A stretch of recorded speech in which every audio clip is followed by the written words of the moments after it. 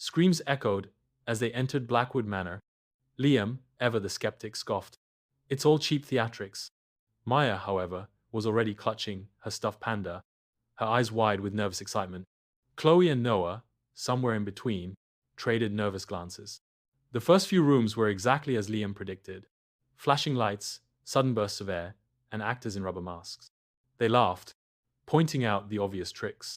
But as they ventured deeper, a subtle shift occurred. The familiar layout of the maze began to distort. A hallway they'd just traversed vanished, replaced by a wall of dark, damp stone. Chloe gasped. This isn't right. 10 minutes passed, a time marked not by a clock but by an unsettling, growing silence that replaced the earlier manufactured screams. Then, Noah was gone. One moment, he was beside Maya, teasing her about her panda.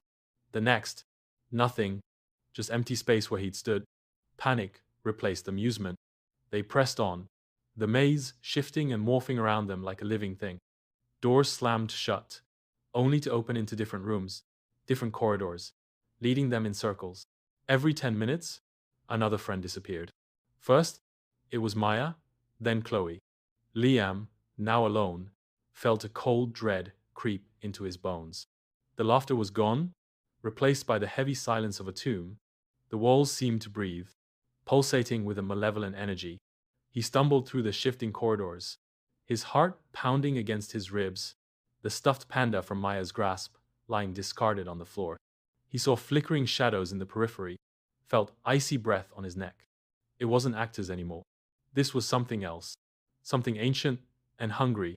He could hear whispers, voices laced with despair, voices of those who had come before, lost in the endless labyrinth. The whispers promised him an eternity of fear, an eternity of being hunted. As the final 10 minutes ticked by, Liam understood. The Blackwood Manor wasn't a haunted house.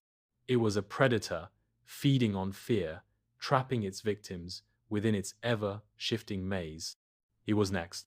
The last thing he saw was a shadowy figure, its eyes burning with cold fire, before the darkness consumed him completely.